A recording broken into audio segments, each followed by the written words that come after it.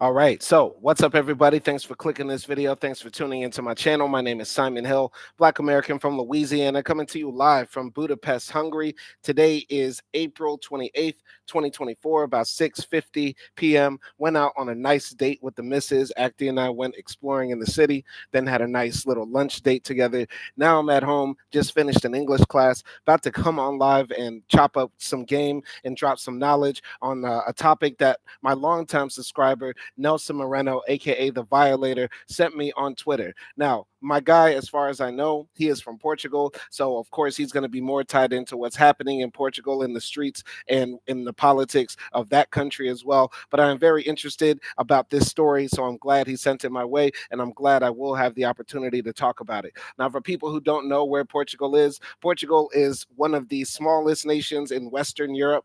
It borders Spain in Hispaniola on the peninsula, on the far edges of Europe as well. It was one of the first countries that began the Western expansion of colonization throughout the world and has had a legacy that has outlasted their empire as well.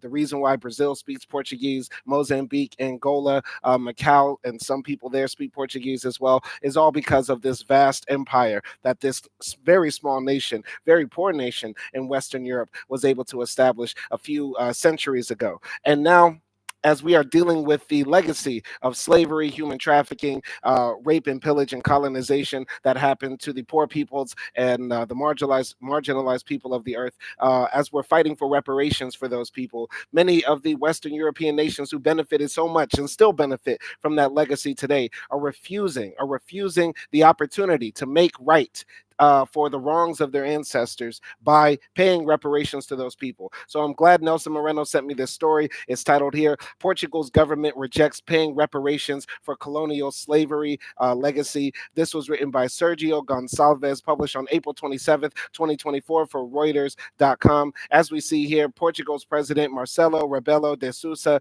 addresses the nation from Belém Palace to announce his decision to dissolve parliament, triggering snap elections on March 10th after something something. I wonder what it's going to say more. We're going to find out more in the article as well.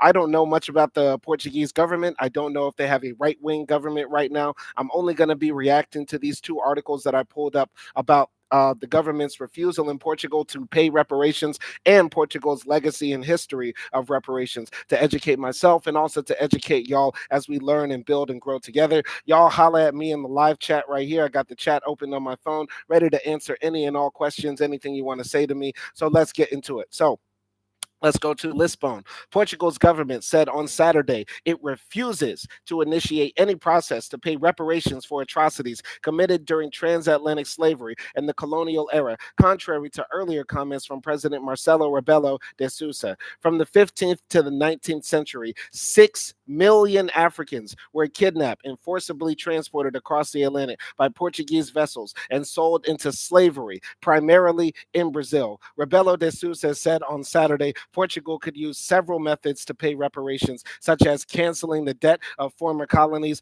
and providing financing. The government said in a statement sent to the Portuguese news agency Lusa, it wants to deepen mutual relations, respect for historical truth, and increasingly intense and closer cooperation based on the reconciliation of brotherly peoples. We cannot be brothers if you refuse to pay for the damages that were done. There is no brotherly love between a rapist and the person who was raped. There is no brotherly love between the family members of somebody who was murdered and the murderer until there is actual justice. And there will be no justice, Mr. Marcelo, until the descendants of people in Brazil, in Angola, in Mozambique, in Macau, and anywhere else the Portuguese Empire existed, that those people are made whole by some degree. And whether you think these people deserve reparations or not, the very fact of the matter is this: Portugal as a nation, even though it is one of the poorer nations in Western Europe, is still one of the most richest developed nations in the world when compared to their colonial empires. When compared to Angola, when compared to Mozambique, Portugal has a higher standard of living. And why is that? Because of these centuries, they were able to rape, pillage, and basically extract all the mineral resources and riches out of the ground and under the earth and under the fingernails and from the blood of the people they human trafficked across the globe. So yes, there needs to be reparations for that. Period. Period. There can be no brotherly peoples. There can be no reconciliation until there is justice. But it had no process or program of specific actions for paying reparations. Noting this line was followed by previous governments. It called relations with former colonies truly excellent, quote unquote, and cited cooperation in areas such as education, language, culture, health, in addition to financial, budgetary, and economic cooperation. On Tuesday, the president suggested a need for reparations, sparking strong criticism from right wing parties, including the junior partner of the Democratic Alliance government coalition, CDS Popular Party, and the far right Chega.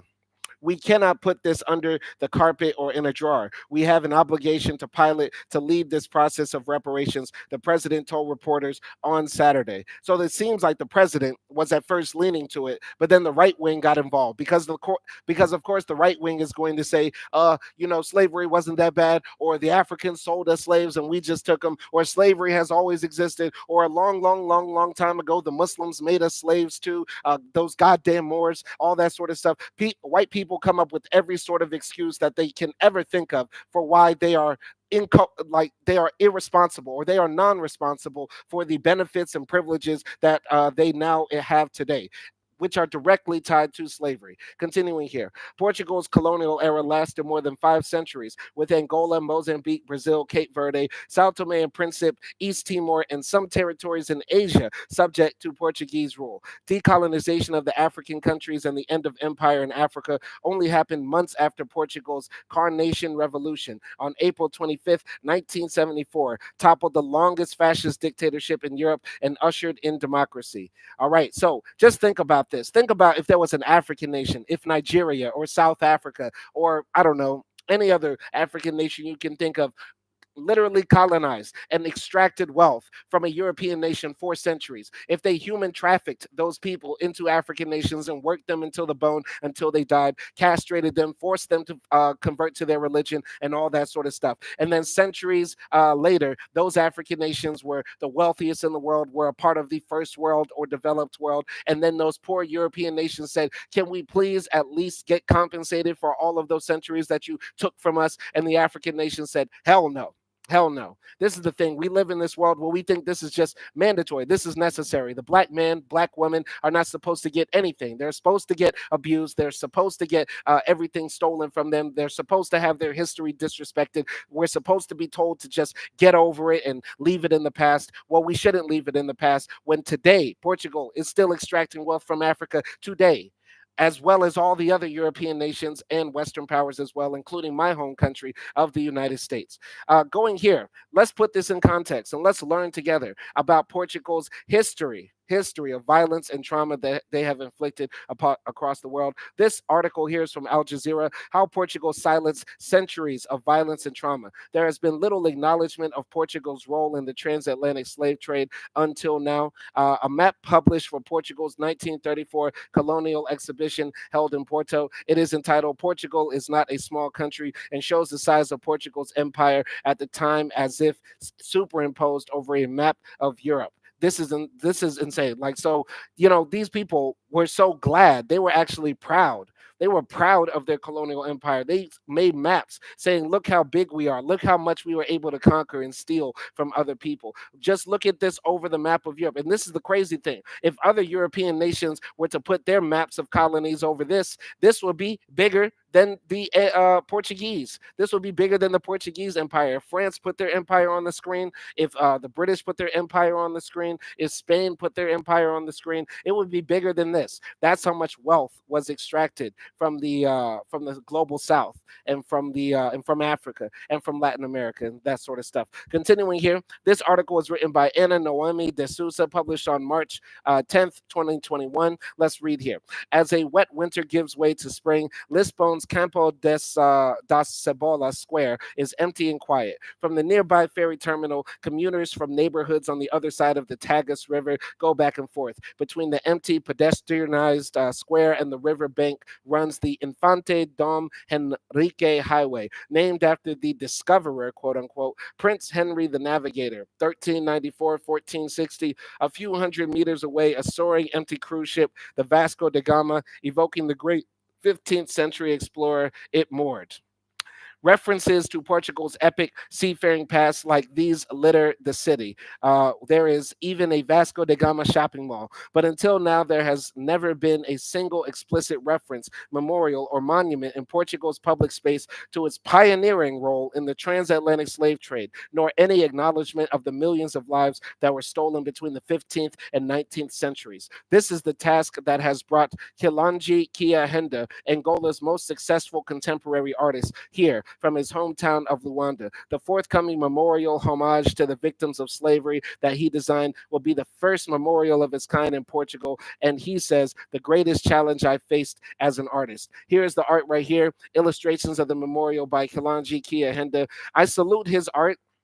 And I salute the fact that he wants to create something that will memorialize slavery. But I think we need more explicit art. I'll just keep it real. Creating something that looks like date palms or palm trees or just tall stalks of corn is not the way to memorialize slavery.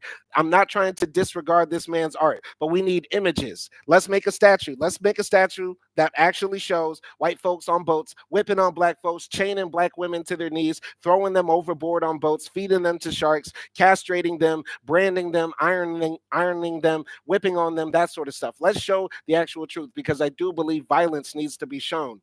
Not violence inflicted upon people, but we need to show the violence that was inflicted upon us as a people to make it get into their heads how sick and twisted their ancestors were. Continuing here, the installation, due to be unveiled in Lisbon this spring, features a field of 3-meter high sugarcane forged in aluminum, alluding to the cold economic rationale that drove the transatlantic slave trade. It is also a challenge to Portugal, for a country that both established the transatlantic slave trade and was one of the last to continue reaping its profits. It was still using de facto slave labor in its colonies in the 1960s. Portugal has been slow to reckon with its past. The national school curriculum, museums, and tourism infrastructure all amount to a grandiose rendering of the country's 15th to 17th century quote unquote discoveries in Africa, Asia, and the Americas, and a selective recollection of its 20th century colonial exploits in Angola, Mozambique, Guinea Bissau, Cape Verde, Sao Tome and Principe, Gal, Macau, and East Timor. There are monuments and statues up and down the country dedicated to navigators, missionary priests responsible for the conversion of Africans and indigenous people to Catholicism, or soldiers who fought against African independence in the colonial wars. Meanwhile, it is often said that Portugal is not a racist country, despite enormous structural inequalities and decades of documented discrimination. There has been a silencing here of centuries of violence and trauma, says Kia Henda. My guy Nelson Moreno is not in the chat, or I presume anybody else from Portugal or from Brazil. But you guys tell me, how often, if you are a black person from these nations, how often were you told that racism does not exist in your nation? Y'all let me know how much that happened because nothing bothers me. Nothing bothers me more than hearing that phrase. Of course, there is racism in every single nation, but just more than racism, anti blackness exists in Portugal, anti blackness exists in Brazil, anti blackness exists in Germany, anti blackness exists in Italy. And that is the explicit thing we need to call out. So Pedro Cordero jumped in. He said, I'm in. Pedro, if you are a black person, let us know how many times you have been told Portugal is not a racist nation because, of course, the nation that literally invented transatlantic slavery, the nation that literally kickstart white supremacist human trafficking of black Africans. Let us know how many times Portugal tries to indoctrinate people to say it is not a racist nation. Why? Because they have a few prominent black football players. Why? Because a few women jump on soul pole. Is that the reason why? Of course, Portugal is a racist nation. Of course, black Portuguese people, black Portuguese citizens face discrimination, face unequal opportunities, face unearned bias against them. Of course, all of this exists in Portugal as it does in Brazil as well. A country that has the most amount of black people in the Americas, yet and still never had a black president, has no prominent black CEOs, that sort of stuff. Continuing here. However, a burgeoning movement here called the Movimento Negro, along with global calls to decolonize history, quote unquote, have begun to challenge the way Portugal views itself from past to present. The Movimento Negro has been around in various forms in Portugal since the start of the last century. The latest resurgence of it is now in its second generation. Most of the sizable black population in Portugal today are immigrants and their descendants from the former Portuguese African colonies who emigrated here from the 1960s and hold in their memories and histories a very different version of Portugal's past. Kia Henda's memorial is seen as part of this process, erupting on the national landscape and expected to stay. Significantly, the memorial is not an initiative of the Portuguese government, but came about in 2017 when JAS Afro Descendant Association, a non governmental organization NGO founded by the Portuguese MP Beatriz Gomes Diaz, won a popular vote for public funds. So, this, I believe, is a picture of, all right, circa 1450, Henry, known as the Navigator, 1394 to 1460, the Portuguese prince accredited with the discovery of the Madeiras Islands, the Azores, and Cape Verde Islands. Now, I know some of these places might have been, quote, all right. So Pedro Cordero jumped into the comment. He says, Portugal, white, not racist. I don't know exactly what you're saying, Pedro. I don't know if you're saying that you are white or that Portugal is white or that you are racist or, I mean, sorry, not racist or that Portugal is not racist.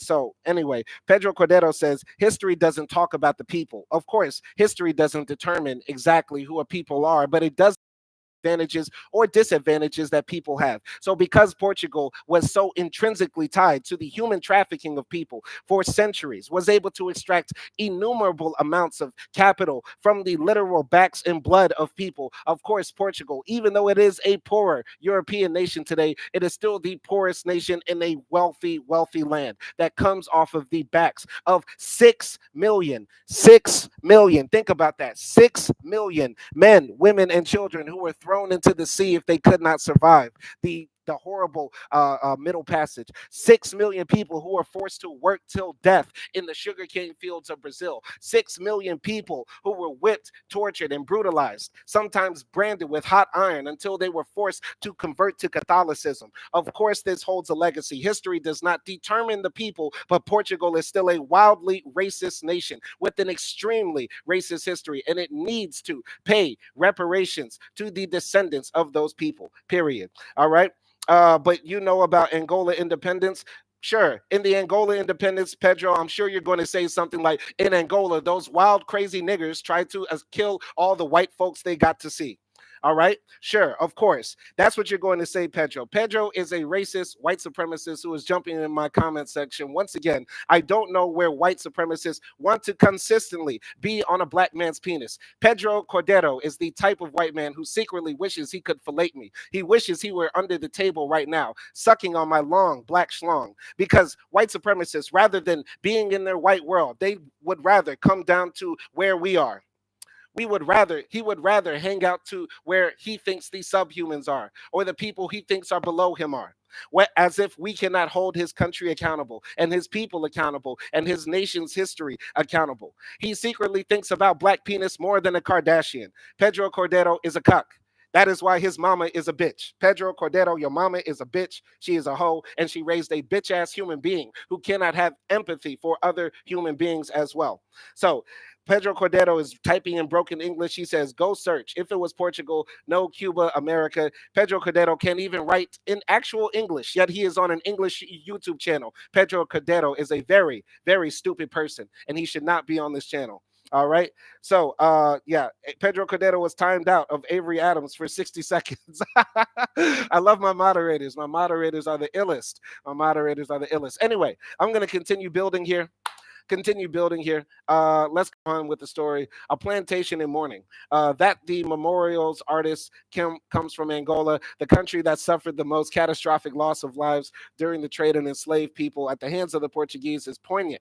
By the 19th century, Angola had become the largest source of enslaved people taken to the Americas. For me, it is about building a bridge to the past as a way of establishing a dialogue about these historical cycles of violence, says Kia Hende.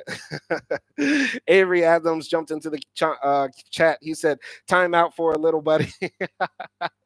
I love it. I love the moderators. Anyway, I want to tell a story real quick from Louisiana. In Louisiana, we have one of the largest prisons in America, one of the largest state-run prisons. It's called Angola, or the Louisiana State Penitentiary, and it's literally a place where you see white men on horseback holding shotguns while black men are in the fields picking tomatoes and cotton and corn and that sort of stuff. It's absolutely insane. And I just learned today Angola was the one single place where the most slaves went to the Americas. Now, I'm sure a lot of them went to Brazil or Sao Tome or other Portuguese colonies, but it's still very interesting. I did not know this until today, literally today, that the reason why they call Angola the Louisiana State Penitentiary Angola is because literally so many of the slaves that were brought there came from the Portuguese colony of Angola. Absolutely crazy, crazy to think about. Continuing here, the modern world would not exist if it was not for enslavement. He says, the modernity you see here was built on the backs of black people. It's important that there is awareness about that. Let's keep it absolutely real. The modern world would not exist today without us.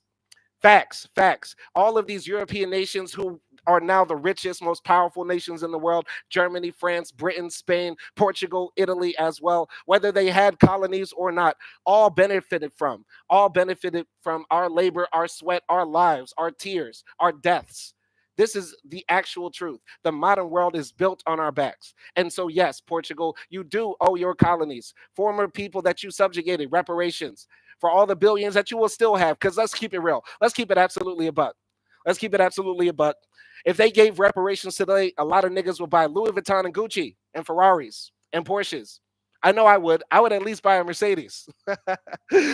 Let's keep it absolutely real. They give reparations to black folks. At least 1/3 of that money will go back into the hands of the white man. Let's keep it absolutely real. Let's keep it absolutely real. But does that change the fact that we are owed it? No. What we do with our money is our choice to what to do with it. Whether we want to buy crack with it, Jordans with it, open businesses, open a record label, save it, put it in the stock market, whatever, it's still the money that we are owed as a people. Anyway, gonna jump into the comments right here. I see a lot of people jumped in. We have Ani Ankh, the honorable and great Samora Michelle said the Portugal is the most backward country in Europe, and I agree. Interesting that you say that. I would say that Portugal is backward as a nation just for its brutal history towards black people. No people deserve what happened to the Angolans, to the Mozambicans, to the Sao Tomes. Nobody deserves that. So yes, Ani Ankh, I agree with you because the Europeans have showed themselves to be backwards. This is the thing. We live in this world where we think this continent right here has the most civilization. France has the most civilization. Spain has the most civilization. Germany has the most civilization, and they have the most civilized people. When these people have been the most barbaric and wicked of all time. Let's keep it real. Go in here, Pedro Cordero, American white supremacy, your country, not white or black. I see Pedro is out of timeout, but Pedro Cordero is still holding on to this fallacy, this belief, even though he refuses to actually read history. Pedro Cordero, your country literally started the transatlantic slave trade. Your country was the first to kidnap a bunch of black people, bring them to the Americas, and work them to the death just for the fact that they were black. Just your country literally started that. And Pedro Cordero, you are still sitting here in the comments section saying that white supremacy does not exist in your nation when you literally have statues and streets and alleyways and buildings named after enslavers. You literally have that. And yet, Pedro Cordero, you are saying this in my comment section. You are an idiot. You can suck my big black penis. Get out of my live chat. Get out of my live chat. Go to right-wing commentary channel. Go to some Chega YouTube channel. But get the fuck off my live. For real. No room for white supremacists here. No room for excusing white supremacy here. No room for excusing any of these wicked atrocities unless you are actually willing to learn.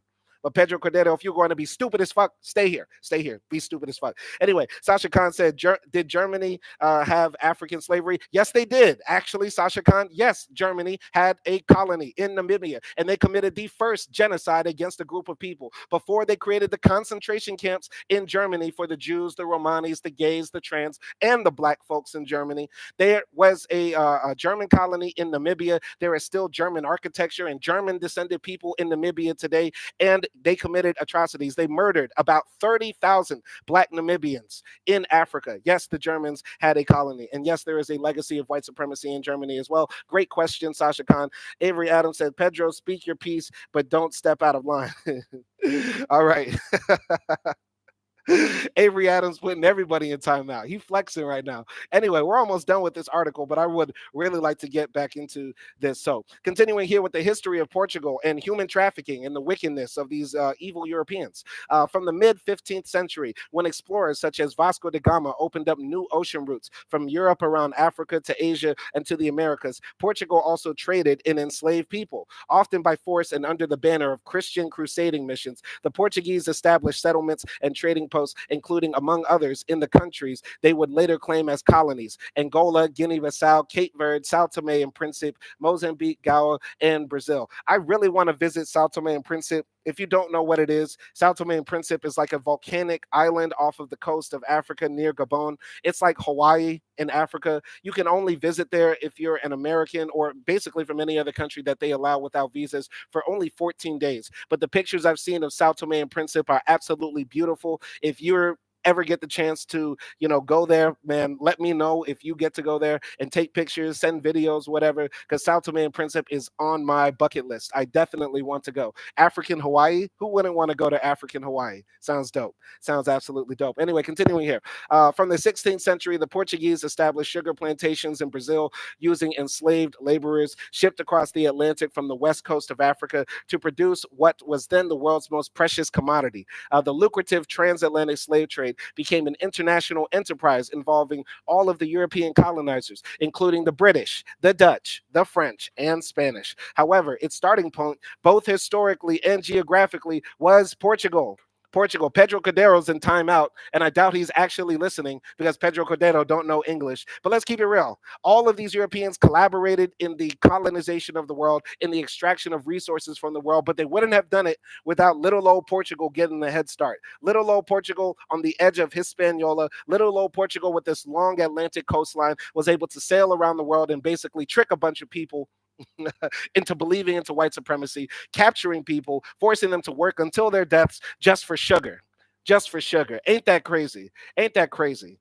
Oh man. Continuing here, the mini golf course hiding a mass grave in the southern coastal city of Lagos, one of Portugal's second most important harbors. The Pro Putting Garden miniature golf course serves as an uncomfortable reminder of the way this history has been glossed over.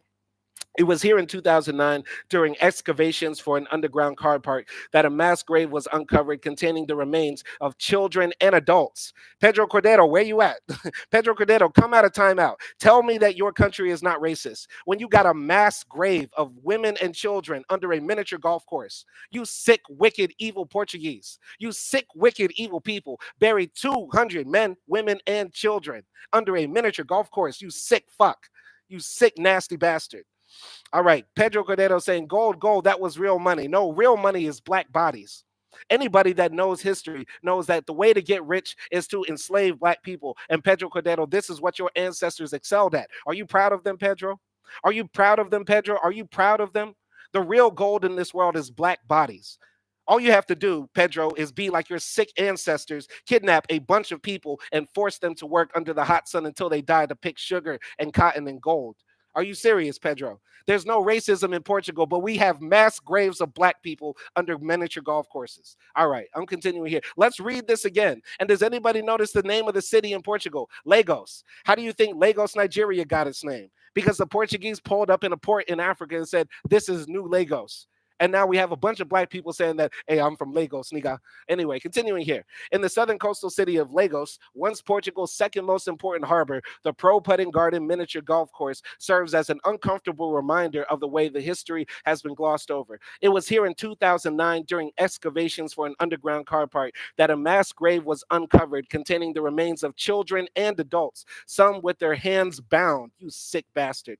Forensic archaeologists dated the deceased back to the 15th century, finding them to be of African descent. The remains have been kept in storage and barely mentioned since.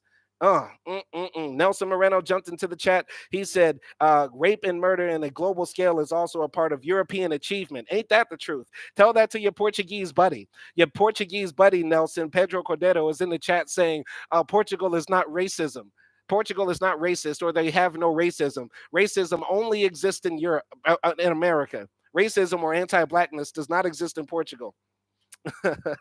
Sasha Khan is in the chat leaving some interesting comments. Have you ever been to Brazil? If so, are many non-black Brazilians outside of the police and politicians who I already know are often racist? I don't know because never been, and plus not black. Very interesting question, Sasha Khan. So Sasha Khan, technically 50% of the Brazilian population is black, though blackness is a social construct, just like race in and of itself. Let's keep it real, guys. Race is not real. Even though I look like this, I am not a black person. I am only black in the set that society tells me I'm black and treats me like I'm black. But there's no difference between me and a white man. This is the big difference between me and people like Pedro Cordero or other white supremacists. They believe there is an inherent difference between black people, white people, or other groups of people where there is no such thing. There is no such difference between black people and white people. But the white supremacists in our society treats us like they're different. Therefore, race is a real construct, even though it is totally fictionalized. Just like money. Paper money really has no value until you actually say $100 bill is worth $100 bill and it's treated like $100 bill. But the thing is, the black Brazilians, I presume, are not racist. They are not anti-white. They are not anti any other group of people, by and large, unlike the white Brazilians, who I presume exhibit some form of anti-blackness, anti-indigenousness because of the society that they exist in. Similar to how in the United States, white folks, by and large, are not racist. They are not card-carrying members of the Ku Klux Klan. They are not walking around with machetes or shotguns waiting to just murder black people. But they will say, we don't need to give reparations. Or they will say something like, everybody should get everything off of their own merits and racism is over. Once Martin Luther King said, I have a dream speech and all that sort of stuff.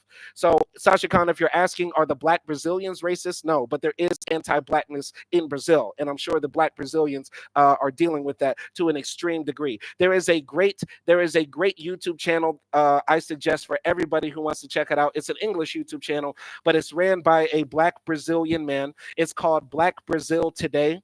Go type into YouTube Black Brazil Today. He does videos solely on the black experience in Brazil. It's a fabulous channel. He has about 8,000 subs. I suggest everybody go subscribe to him and learn from him as well about that issue as well. But by and large, painting in broad strokes, yes, anti-blackness exists in Brazil. Continuing here. Sasha Khan says Brazil was Portuguese. Yes, it was Portuguese.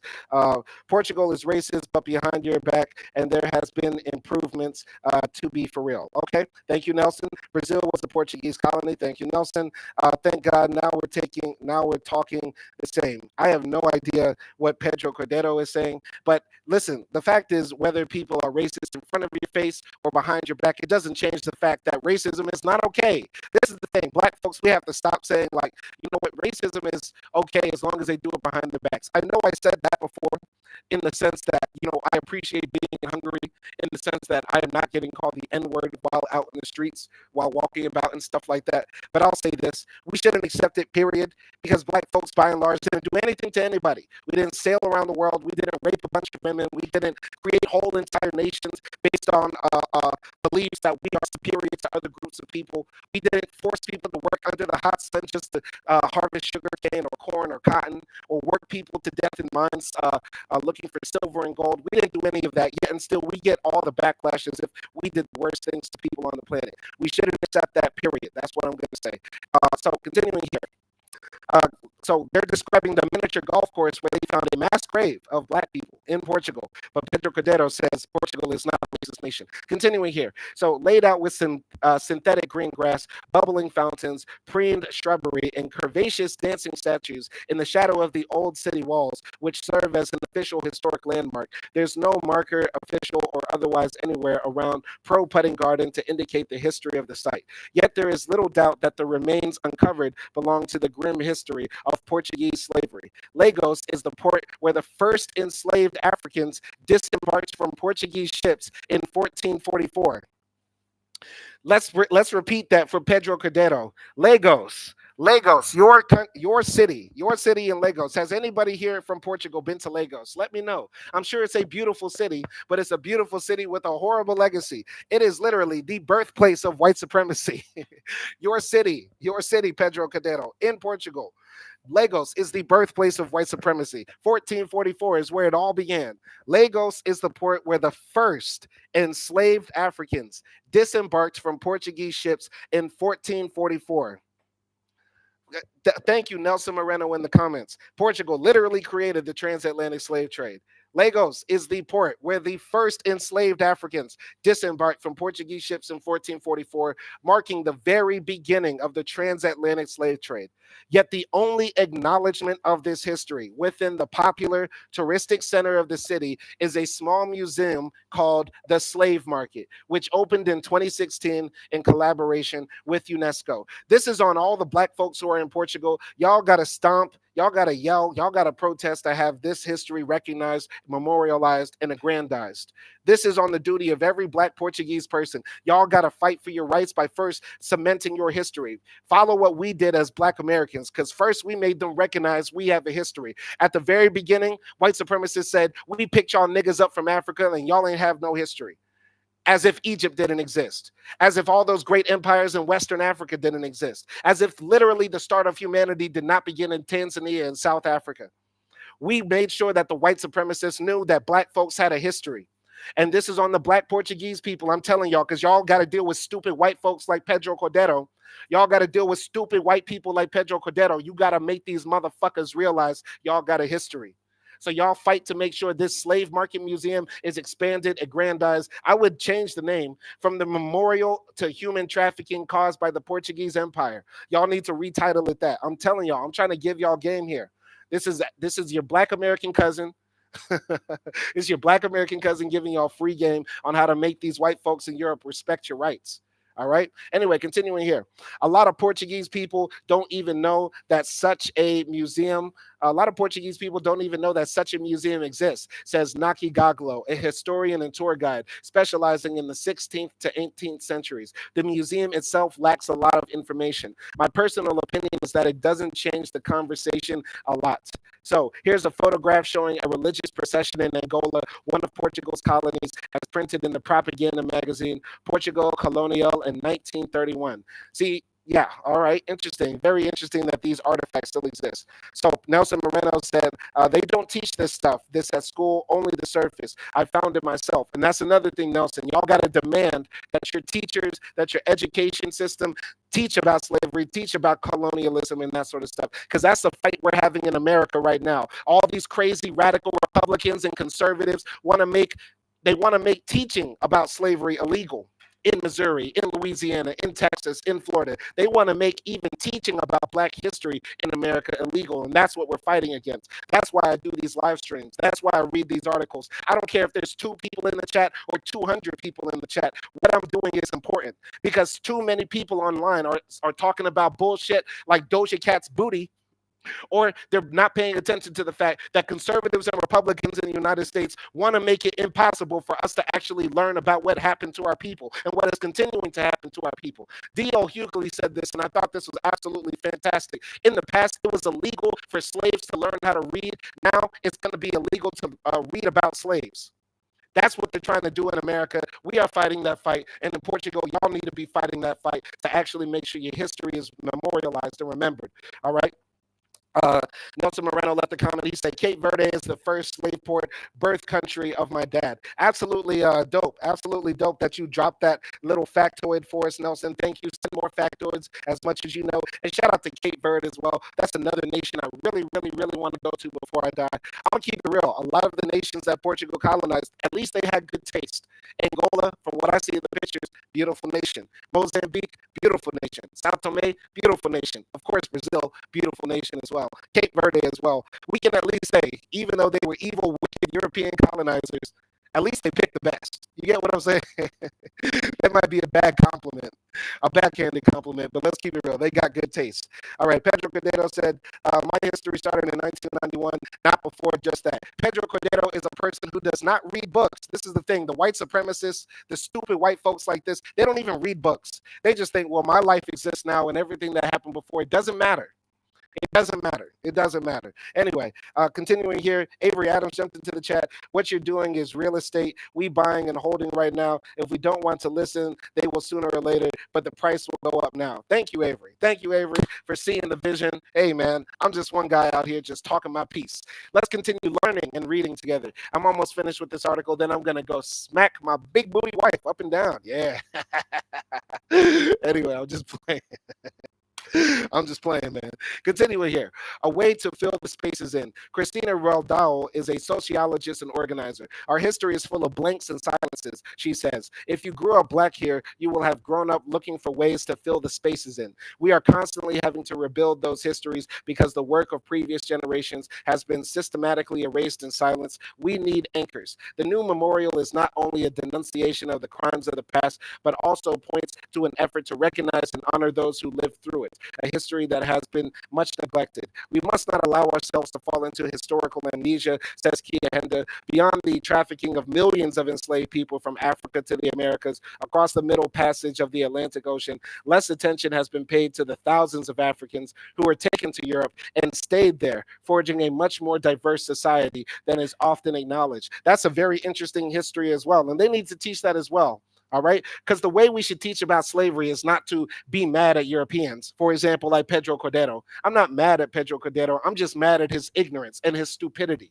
and the stupidity of a lot of the white supremacists as well, and the lack of empathy that they have for other human beings. But once again, guys, I can't hate white people because it's not in my blood. I cannot hate anybody. I cannot hate any group of people, as you should not hate any group of people either. We don't learn about this history to be vengeful or wicked to other groups of people based on what their ancestors did, because everybody, to some degree, could be hurt or could be blamed for something their ancestors did. But that's not the point. The point is we want justice in this world. We want peace in this world. We want some sort of reformation in this world. This world that was created by white, heterosexual, racist men who divided the world, told us that we were different based on our skin color or where we come from or what language we speak. We need to fight against those ideas to recognize, of course, that we are one human family. But we cannot recognize until we are one human family until there's justice done to the people who have had the most injustice done against them, and those are black people.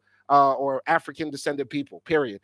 Continuing here, Nelson Moreno says, they don't do this to the Jews. Many even love them. Not sure exactly what you mean, Nelson, by that. Expound on that. Sasha Khan says, is it true that capoeira originated amongst black men enslaved by the Portuguese? Yes, as far as my knowledge, capoeira was a secret form of martial arts that the slaves created to defend themselves when they would eventually run away.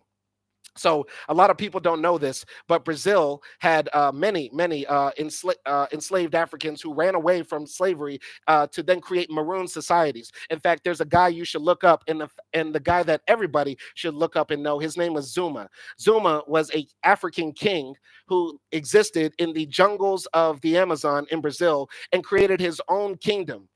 Within Brazil. A lot of people do not know about King Zuma. If you do not know about King Zuma after this live stream, please do your research. There's a great TED video about him. Basically, Zuma was an African who ran away from slavery and allowed many other Africans to come and join him in the society. Now, Zuma, to some degree, was a coon, because Zuma was able to fight against the white people who would try to capture his people and bring them back to slavery. But eventually, Zuma fought the white supremacists so well that the white supremacists had to sit down and make a deal with him. Now, Zuma had a tribe of about 100 or 200 so black people who were free in the Amazon. And then the whites said, okay, Zuma, you can have your freedom in the jungle, but any other niggas who try to come and join your free niggas, you got to send them back. And Zuma said yes. Now, is Zuma a coon? I don't know. I think a movie should be made about Zuma. I do think Zuma, to some degree, deserves some more historical analysis, but Zuma, to some degree, is a hero just for the fact he was able to fight for his freedom, because Brazil had some of the worst forms of slavery and torture for black men that ever existed. I would much rather be a slave in the Americas than a slave in Brazil. And that's not saying much. That's still not saying much. But yeah, I'll just say that. Go look up King Zuma, his story, and maybe there should be a live stream about that. But yes, capoeira was a type of self-defense martial arts created by black men in Brazil. Continuing here.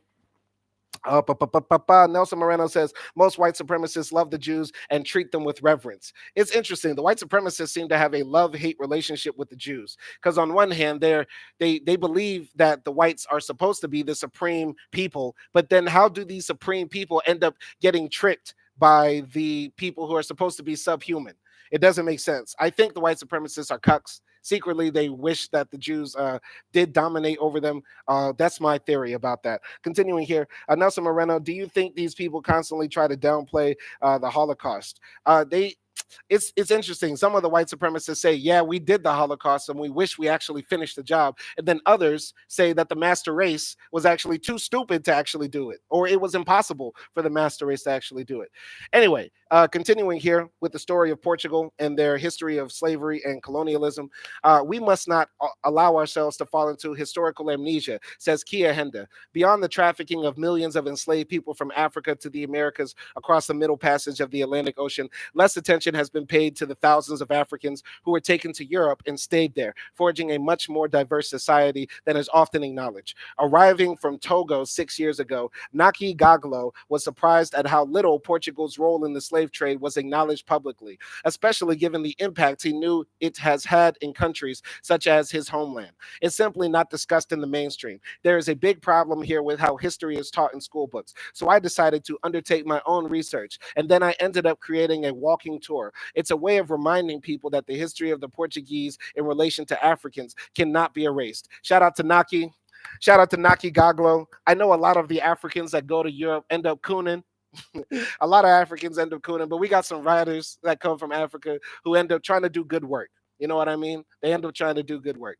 Continuing here. Here's a picture. Plantation workers carry sugarcane into a mill for processing in Brazil. This is 1845. Catering to foreign tourists, mostly Brazilians, North Americans, and Europeans, Gaglo's tour begins at the center of Lisbon's Commerce Square, Portugal's principal harbor from the 15th to the 19th centuries, now an iconic tourist trap. At the edge of the square, the Lisbon Story Center, with its room that stimulates the 1755 earthquake here, and the Bacalhau Codfish History Museum, neither of which makes any reference to the slave trade, are both deserted. Gaglau is standing with his back to the river, the portal for the fabulous riches that the age of exploration brought, among them gold, spices, sugar, and people, many just children. From here on his tour, he begins to walk us towards the center of the city, recalling in the 1400s, the Portuguese traveled to Africa and began to trade in enslaved people. As Lisbon became the epicenter of the slave trade, lots of Africans ended up living and working here in the city, most in domestic work in the houses of the elites and others in agriculture. Going here to the comments, Nelson Moreno, do you what's actually mainstream? The great replacement theory. I don't know exactly what you mean, Nelson. You got to fix up that comment. Before I get to that, I'll continue reading. By the mid 16th century, Africans were parts of almost every area of Portuguese life, and around 10,000 Africans were living in Lisbon, making up 10% of the population. It was the first European city with a large concentration of black people, Gaglo explains, strolling through Lisbon's still resplendent downtown. Mostly life in the city for Africans was work, work, work. They were housemaids. They took care of children in the city. They provided water for the houses. The men worked unloading ships in construction. Enslaved people were denied water for the houses. The men worked unloading ships in construction. Enslaved people were denied a family life because mostly men and women would belong to different owners. Another part of the genocide. A lot of people like to say, oh, they didn't enslave black people brutally. At least they didn't kill them. Not allowing people to reproduce, not allowing people to have any sort of social life, not allowing people to actually create communities is a form of genocide. This is the same reason people say what the Israelis were doing before October 7th was a genocide, because a person in Gaza couldn't just freely travel to the West Bank to marry a person they loved. People in Palestine were not allowed to freely move about as they wanted, or congregate together, or protest together, and that sort of stuff. So yeah, this is a form of genocide that happened in actual Portugal against black folks. Going to Sasha Khan. She says, by taken to Europe and stayed there, did he mean enslaved persons on European soil? I believe, yes, that's what they mean, because that's what they said here. Enslaved people were denied a family life. So, yes, there were slaves in Europe. Yes, Sasha Khan. I assume Sasha Khan is probably a European. And by the way, once again, guys, for anybody who's wondering, I don't hate people. I don't hate anybody, and I can't hate white people at all. So, Sasha Khan, I'm glad that you're here in this educational classroom learning about the history of black folks in Europe. Yes, Sasha Khan, there were slaves in Europe, in Portugal. There were slaves. Did we all get this? Do we all get this now? Pedro Cordero, where your racist ass at? Where your bitch ass pasty ass at? Where your bitch ass at? Where's Pasty Pedro? Pasty Pedro, come and jump into the chat. Did you know your country enslaved people? Did you know your country had a bunch of slaves, had around 10,000 black people working as slaves in Lisbon? Pasty Pedro, where you at? Pasty Pedro, bring your ass back into the chat. You were talking all that shit earlier. Your country ain't racist. You had literally 10,000 people working as slaves in Lisbon. Oh, you're stupid. I hate these whites. They get so pussy. They get so pussy, man. Anyway, continuing here. Not all of Lisbon's African population were enslaved, Goglo points out. There was also an area called Mocambo, where you had a number of freed or conditionally free men and women who had a very different life, though still not an easy one, he adds. Street by street, Goglo recalls the hardships and nuances of black life in Portugal over several centuries. By walking a little in their footsteps, we are reminded of their suffering and of the lives they led. Now, I know some people are going to read this and say, not all of Lisbon's Portugal, not all of Lisbon's African population was enslaved. And then they're going to say, see, it wasn't that bad. Nigga, I hate you motherfuckers.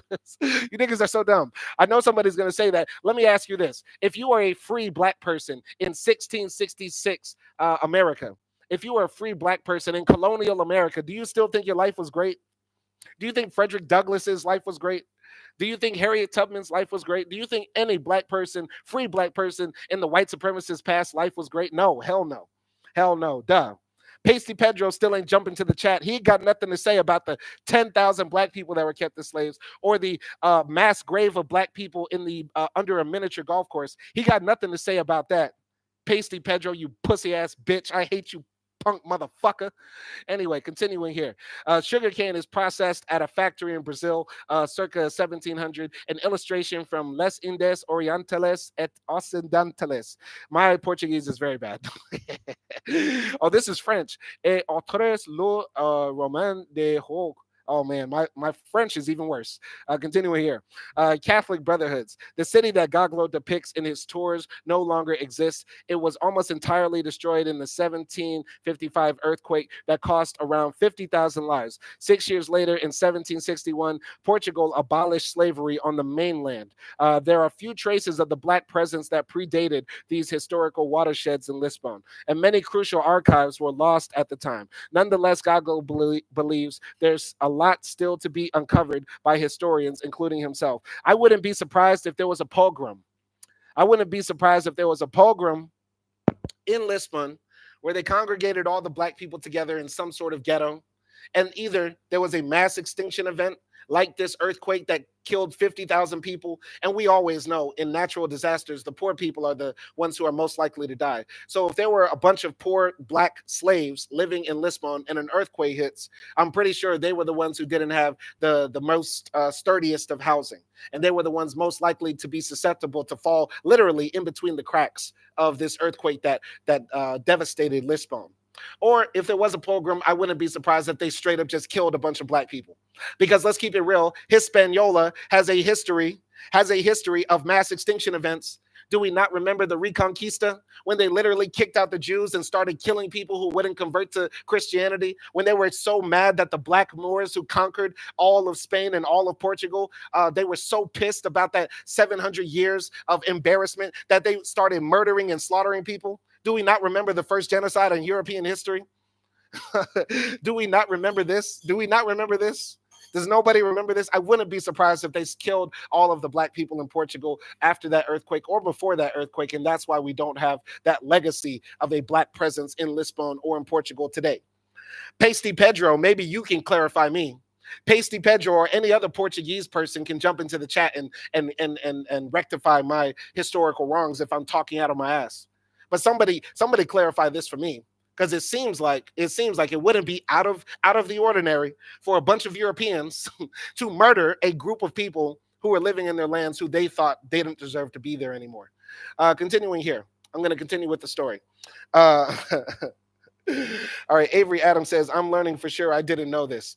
Anyway, continuing here. What role does the memorial play in this for Gaglo? It's just one step. We need to reach the point where we can talk about the history of slavery without fear, but that is still difficult. The curriculum, the way we talk about the past here and understand it, the whole discourse about Portuguese history must change. Gaglo normally ends his tour breaking bread with his companions in a Cape Verdean restaurant, but restaurants in Lisbon are now closed future. We finish instead in Sao Domingos Square, long an important hub of African life in the city and the site of several Black Lives Matter protests in recent years. At the doors to Sao Domingos Church, Gaglo invokes the memories of the Black Catholic brotherhoods that played a complex and even subversive role in Portuguese society under slavery from the 16th century. Catholic churches all over the country had cults whose members were a mixture of enslaved and free people and women devoted to the worship of specific saints such as Our Lady of the Rosary.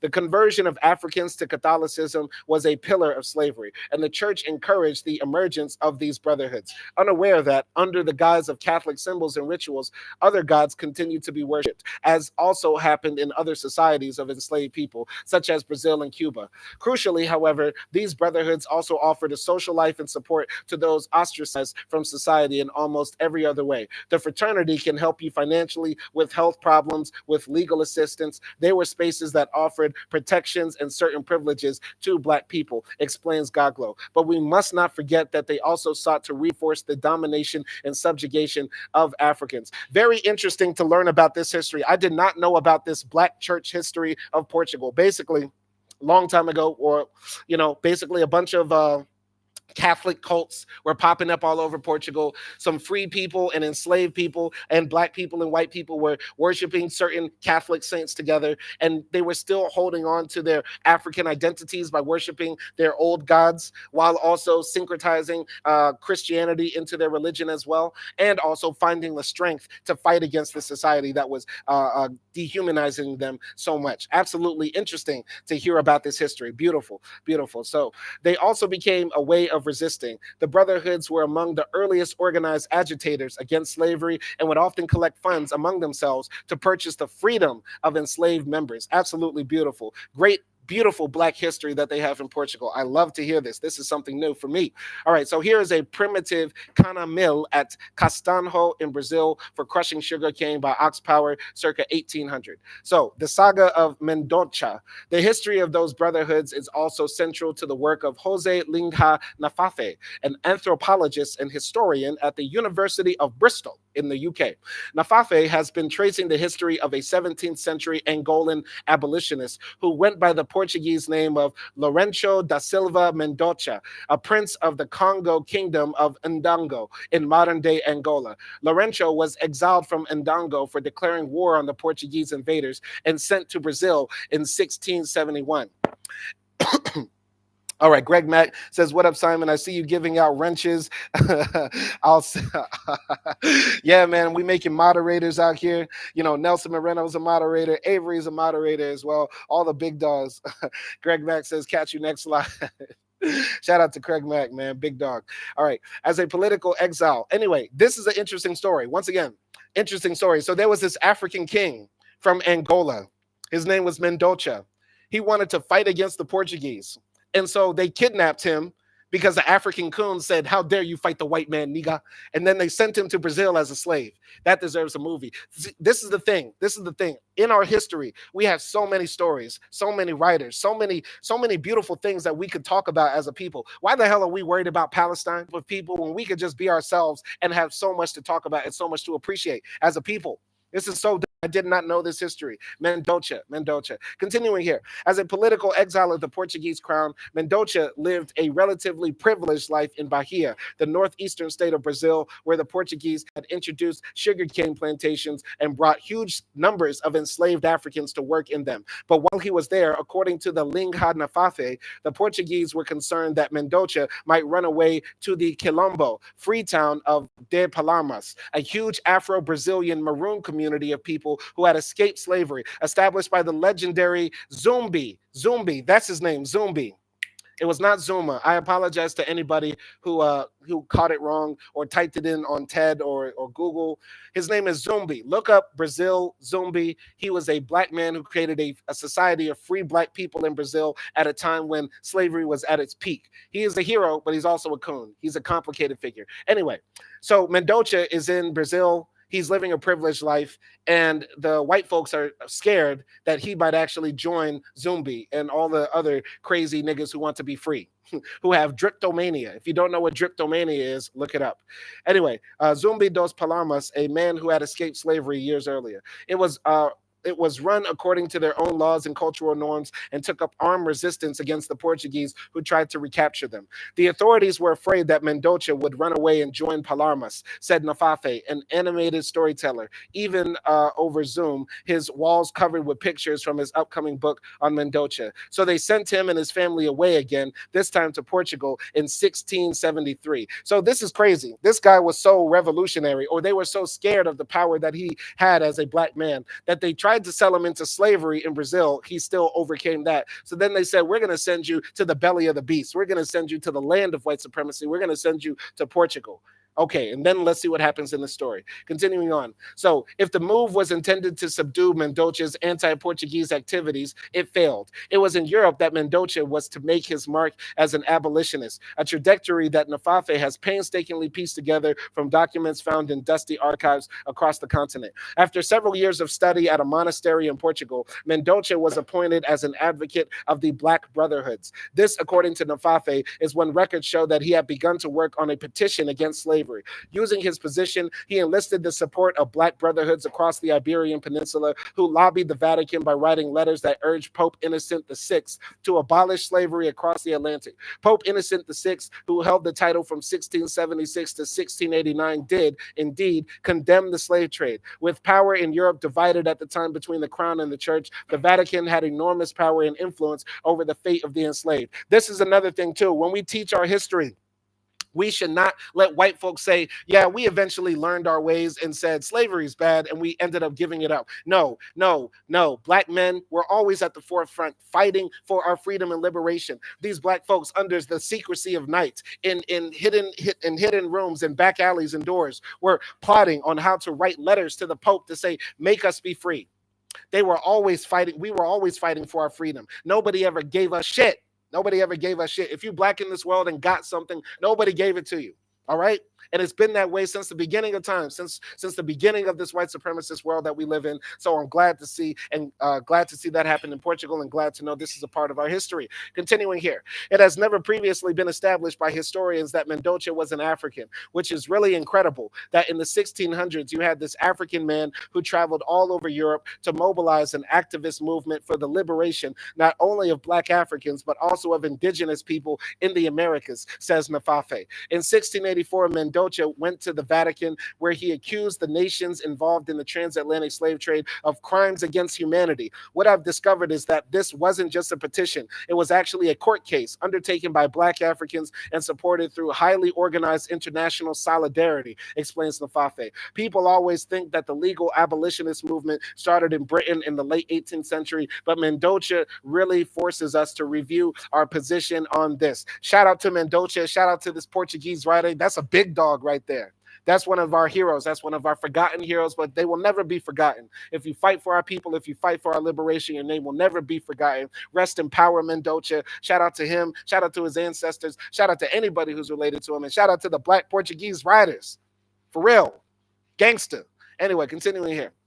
A protagonist of their own stories, originally from the former Portuguese colony of Guinea-Bissau and one of only a handful of African scholars working on early modern history. Nafafe's findings seem to reinforce calls to decolonize history and for new perspectives to be shown on old stories. I like to think that future generations of 16-year-olds looking in the library to learn about their history could find some positive references, says Christina Roldao, who also feels there is much work to be done on the way of Africans and Afro-descendants descendant people have been portrayed in Portuguese history. Not just that they might be the descendants of slaves, but people who were colonized are stories or stories about people living in impoverished neighborhoods.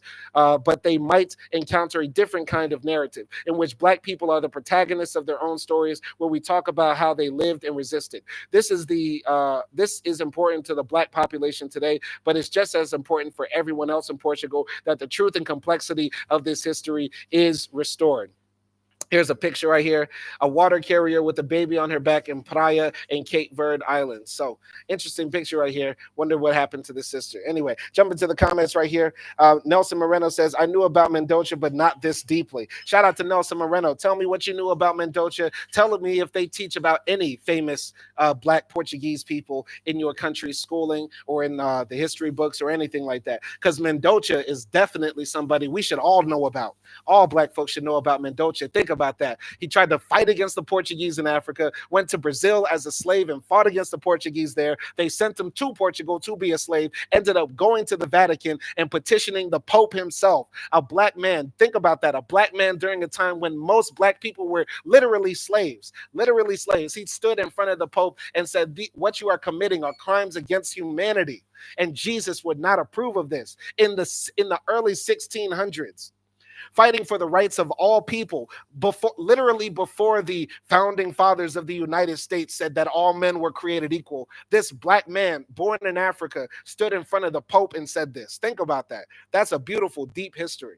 And that man is a hero, straight up hero. All right, continuing here. So Rodal herself has recently started researching the histories of Black women in Portugal, 6th to 16th century. I felt drawn to these stories, she says. I wanted to know what these women's lives were like. Who were they? I love to imagine where they met, what they talked about. I want to uncover a history that is shrouded in silence. Rodal's research weaves the threads between the lives of washerwomen and street food sellers to the Congo queens, a ceremonial position within the Black Catholic brotherhoods appointed and crowned each year during festivities. There is a whole complexity of women's lives within the society of slavery that is never talked about, she says. Around 1700, for example, there's a letter written by Black women hawkers who sold their goods on the steps of a hospital, complaining about being mistreated by the local police. And they say they have a right to be there because that's where they have always been since time immemorial. To see that document in the flesh for me as a post-colonial child is just awesome. Or, for example, when you start looking into the ceremonial queens of Congo, for example, you find them in Brazil and in other Latin American countries too, in the African diaspora. That search for Black history in the feminine is not just interesting, it's delicious. That's an interesting way of putting it. She sure has a way with words. So here's an issue of Portugal Colonial. That's how sick these people were. These people were colonizing the world and then creating propaganda magazines saying, look how happy the Africans were under colonialism. Think about that. That's how mentally sick these people were. Anyway, challenging questions for Portugal today.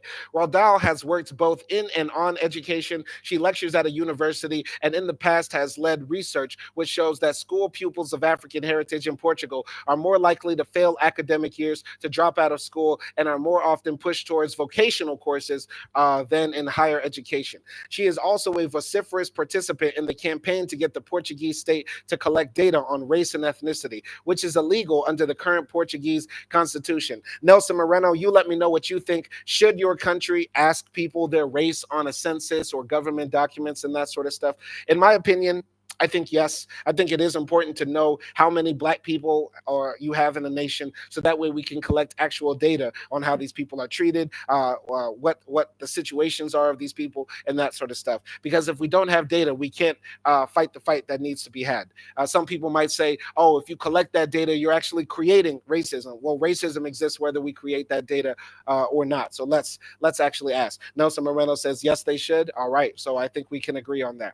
So, continuing here, intended to make amends for the explicit racism of the Portuguese colonial dictatorship that was overthrown in 1974, this clause in the Constitution has become a major sticking point for anti-racism movements in Portugal because it means there is no information about population numbers for ethnic minorities at all in Portugal. The absence of data has made it hard for activists to make a case for more investment in public services for Afro-descendant and other racialized communities, or to prove the existence of racial bias and structural inequality, for which there is plenty of anecdotal evidence.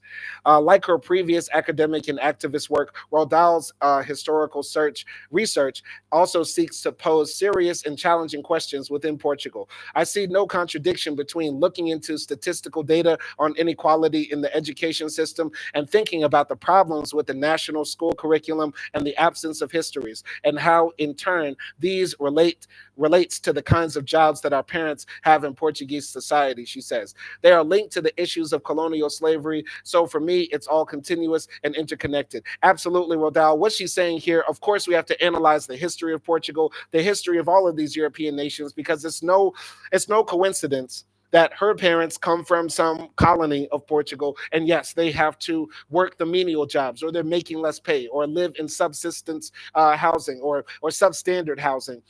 And meanwhile, the people who are descended from the people who are on the other side of the slave trade, who benefited from all of the years of oppression and exploitation of people of the world, now get to have the most. Of course, it's all interconnected. Anyway, I would like to know about this statue, the Padrão dos Descobrimentos, a 1960s monument to Portuguese discoveries by the Tagus River in Lisbon. I would like to know, are there any movements in Portugal to tear down this statue? Or is there any movement at all in Portugal to deal with their racist colonial history? Because statues like this are unacceptable. To me, these statues are no different than Confederate statues. All right.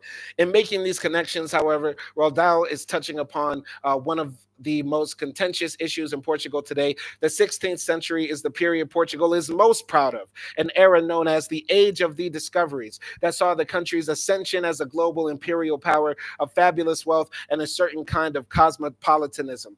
The epic, almost mythological way this history has been commemorated has made it a cornerstone of Portuguese national identity, as well as an important element in how it is marketed as a tourist destination. Historical Lisbon, global city, as its application for UNESCO heritage status reads. And in 2017, the same year that the slavery memorial was first proposed by activists, Lisbon's local council revealed its own plans for a museum of the discoveries along the same riverside. It's very interesting. Portugal reminds me a lot of Turkey. If you ask an average Turkish person about Turkish history, all you hear about is the Ottoman Empire, and it was so great, and all the great things the Turkish people did, and how big their empire was. But they don't talk about the rampant slavery that was of Africans, how they captured millions of black people. And the reason why you don't see black people in Turkey today is because they literally cut off their penises. They don't talk about all the horrible things that they did to people in the Balkans, or the Georgian women that were trafficked in as sex slaves and harems and that sort of stuff.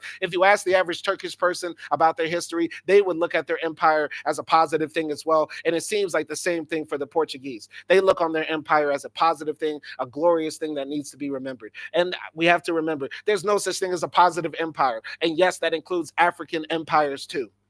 Continuing here. Continuing with the story. Hold up, let me fix this. All right, so where were we? Seeming to amplify the contested representations of this particular period at a time when many are calling for them to be revised. The idea of a new museum of the discoveries, and in particular its name, has generated a national controversy that has divided historians and public opinion.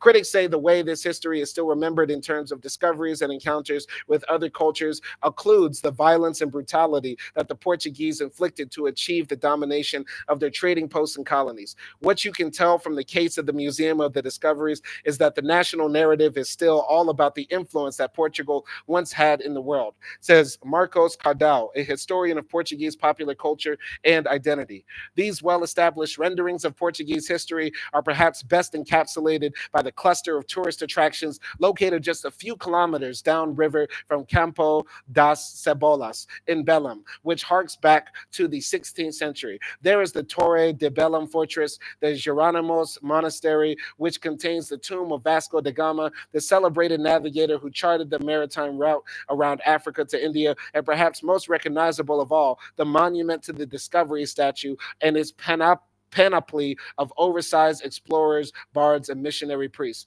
Unbeknownst to the tens of thousands of sightseers who come here every year, however, and carefully disguised in the wording of its visitors center exhibit, this memorial is the product of a much later period in Portugal's history, an invention of the nationalist dictatorship that ruled Portugal and its colonies from 1926 to 1974. Basically, what they're saying here is that this statue wasn't, carved in like the 1600s or 1700s when the actual colonization was happening. It was built during the fascist regime, because like all fascist regimes, they have to create ideas, they have to create a national myth of a glorious past that they always have to chase after. All right, Nelson Moreno says they do teach how brutal the discoveries were, but needs a lot more depth. Absolutely. Absolutely needs more depth. Continuing here, Geronimo's Monastery is seen on December 23rd, 2013 in Lisbon. It is one of the most prominent monuments of the Manueline style architecture in Lisbon, classified in 1983 as a UNESCO World Heritage Site along the nearby Tower of Belém. So, the fascist origin of the discoveries narrative. The monument to the discoveries was originally created as a temporary statue made of fibrous plaster for the 1940 Portuguese World Exhibition, an ostentatious act of propaganda that took place at the height of dictator Antonio Salazar's oppressive Estado Novo regime, 1932 to 1968, during a period marked by poverty and austerity. By this point, Portugal had imposed colonial rule on Angola, Mozambique, Guinea-Bissau, Sao Tome and Cape Verde, as well as continuing to assert its claims over Macau, Gao, and East Timor in Asia, though having lost its hold on Brazil in 1824. The racist ideology that underpinned Portuguese colonialism had been encapsulated in an earlier public fair, the Portuguese Colonial Exhibition, held in the city of Porto a few years prior. The 1940 World Exhibition in Lisbon, meanwhile, was designed to forge a new sense of national identity that reflected Salazar's imperial ambitions, the very synthesis of our glorious history, according to a guidebook to the exhibition, promoting Portugal's achievements in the world past and present and binding them together forever. These official commemorations turned the Portuguese colonial experience into a sort of civil religion, says Cardal. To this end, the exhibition resurrected the symbols of Portugal's age of discoveries along the banks of the Tagus River in Belém, where huge swaths of housing and industry have been displaced for the event, as well as giant statues of the explorers and their patron, Henry the Navigator. There was a replica 16th century caravel ship and long parades of marching groups in costume who carried flags of the Military Order of Christ, the flag of the 16th century Christian Crusaders, and performed acrobatics for the dictator, Salazar, and his entourage of Catholic priests at the opening ceremony. The exhibition encapsulated everything that Salazar wished Portugal to be known for having discovered India, Africa, and the Americas, and for bringing Christianity and quote-unquote civilization with them. There was no place in the narrative for the violent realities of slavery or colonization, as well as being based on possession, imperialism, and civilizing missions. These narratives were also ethnocentric, Cardal says, fetishizing and exoticizing Africans, for example. Here's Portuguese dictator Antonio de Oliveira Salazar, 1889-1970, as he reviews troops about to embark for the African colonies of the Portuguese Republic circa 1950. This is in people's lifetimes, class. Everybody, this is in people's lifetimes. This colonial thing, this rape and pillage of Africa, this was happening in people's lifetimes. My father was born in 1960. My grandparents are no longer alive, but they died very recently. So all of this was happening in people's lifetimes who I knew. Get what I'm saying? This is not the ancient past. The picture might be in black and white, but this is recent history. Continuing here, while the exhibition and the temporary monument lasted only a few months, the ideas they perpetuated were hugely popular and deeply influential. The idea of the Portuguese as exceptional colonizers became a way of narrating history and imagining Portugal and the Portuguese people, says Cardal. Yet by seeking to point out their exceptionalism and how different they were simply replicating what all the other European colonizers did. The Brazilian sociologist Gilberto Freire encouraged these ideas Americas in 1952 when he coined the term Luso-tropicalism. Luso refers to Portuguese and originates with the Lusitanian people who were among the early native inhabitants of the Iberian Peninsula.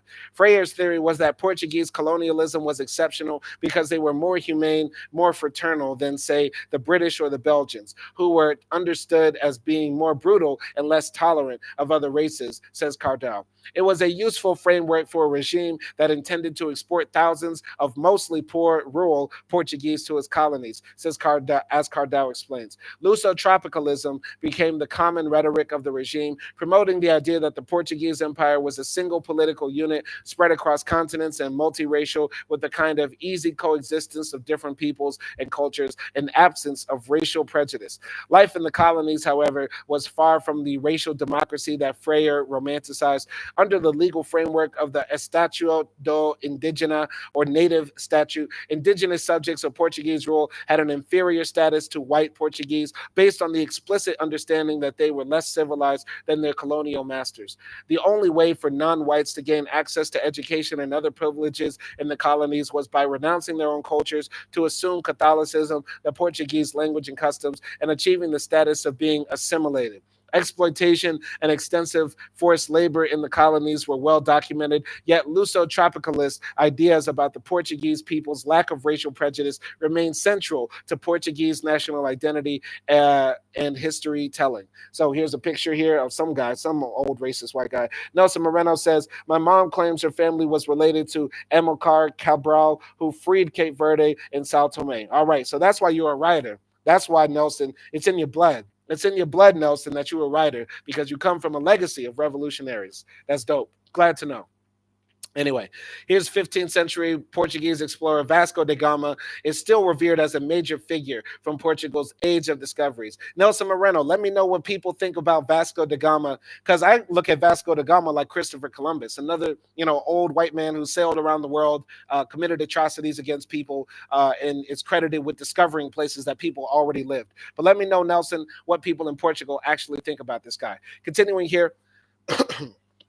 The Portuguese regime actively appropriated and worked these narratives, says Cardell. As other European powers conceded independence to their colonies, Portugal resisted calls to decolonize, even in the face of mounting international pressure as the years went on. This is the context in which Salazar ordered the monument to the discoveries to be built again. In 1960, just as African independence movement leaders like Amilcar Cabral in Guinea-Bissau and Agostinho Neto in Angola were taking up arms against Portuguese colonialism, a larger and sturdier version of the monument to the discoveries, took its permanent place on the Lisbon riverfront. At its feet in the Compass Rosa dos Ventos, the world's largest mosaic map, a gift from the apartheid regime of South Africa to the Portuguese dictatorship.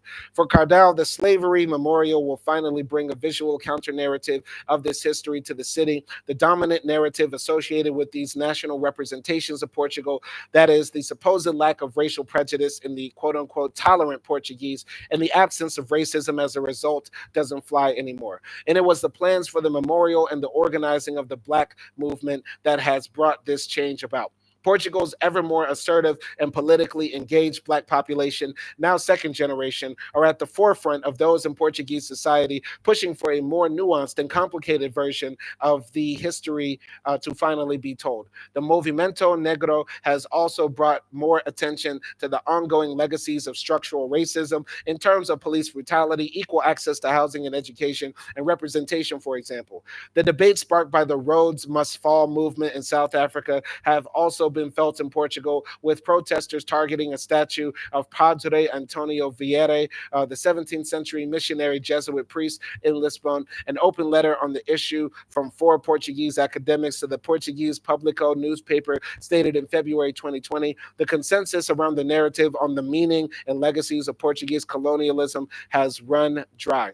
A Black Lives Matter protest in Lisbon on June 6, 2020, following the death of George Floyd in the U.S. Shout out to all these beautiful Black brothers and sisters in Portugal fighting for their rights.